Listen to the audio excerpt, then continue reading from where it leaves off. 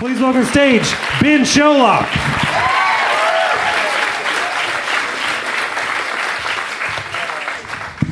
Thank you. Oh man, you guys, you are so happy to be here. Thank you. Give it up for your host, Matt Blake, everybody. Yeah, doing a great job. Love that dude. So, a little bit about myself. I'm actually not from Austin originally. I'm from this little town called Washington, D.C. I don't know if you guys have heard of it. Few woos, mostly scowls. DC is, it's weird. If you don't know it, it's the capital of the side that won. It's a weird town. It's corrupt as shit. And politics runs everything. Like, it's an industry there. It defines the culture there. It runs the economy. It's insane. All right? And it's insidious. It leaches into every aspect of life there. So much so that, here's an example. I was visiting my family recently, and I saw my little nephew, Pierce, 7 years old. He's like that big, okay? He tells me that he wants to pursue a career in politics, like already. Isn't that crazy? Isn't that adorable? 7 years old. He's already watching Game of Thrones and House of Cards. Like, you know, he's getting ready for it. So I wanted to test him. I was like, I'm gonna pull a fast one on this kid. How does a bill turn into a law? You know that question? Yeah, how does a bill turn into a law? It's pretty simple. He looks at me with his big brown eyes, little Pierce, and he goes, how does a bill turn into a law? That's easy, dipshit. One phone call from me. Nothing gets done in this town without my say-so. I have eyes everywhere. I know you had that meeting in that parking garage. I will ruin you. It's like, all right. Jesus, Pierce. How did you get so good at politics? And he goes, cocaine is a great confidence booster. You know what we did after that? We high-fived and did rails of cocaine well into the night. Into the early morning hours. I'm just kidding. I'm not related to Pierce. He's just this kid I hang out with. So, I have a bit of an anger problem. I've been working on this. I tend to lose my patience a lot. The other day, I almost got into a fist fight, right? With a billboard. And it was talking down to me. So, like, I couldn't not. But this billboard said, he was talking shit, and he said, hot dogs belong on the grill, not in your car.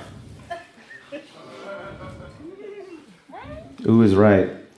What is also right? What? What the fuck does that mean? Hot dogs belong on the grill, not in your car? First of all, I'm an American. I know how to cook hot dogs, all right?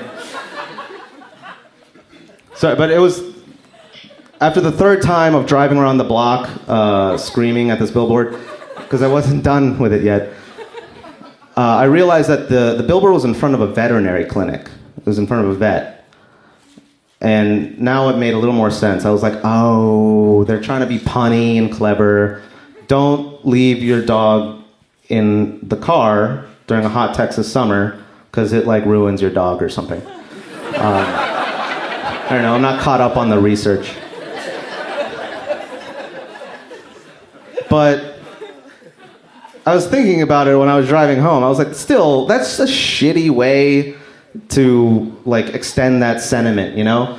Like, it sounds like this vet is run by an escaped Nazi scientist who's basically saying, like, the billboard says, hot dogs belong on the grill, not in your car.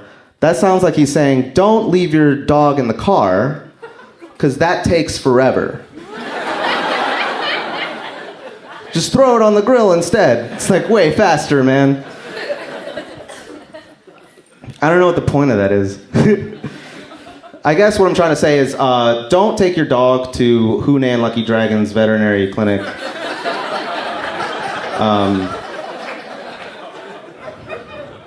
By the way, you're welcome for the longest setup for a racist Chinese people eat dogs joke.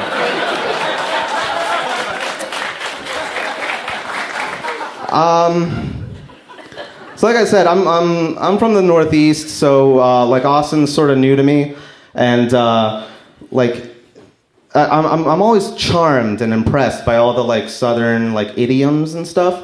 One that I learned recently is the devil's beating his wife. Have you guys heard of that? Anybody? I hear a couple.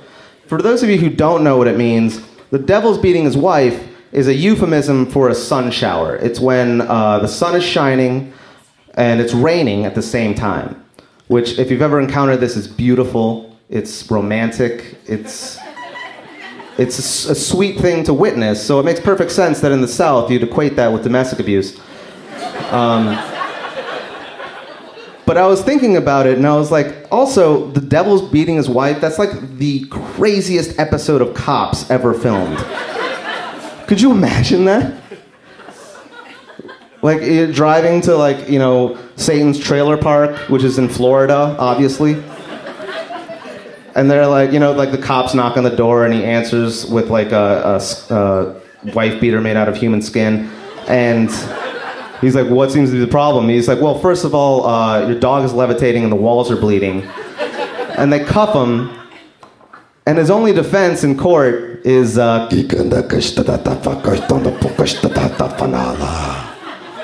right? Which, as we all know, is ancient Aramaic for, well, the bitch was vacuuming during the game, so what do you want me to do? My name is Ben Cholok. Thank you guys very much.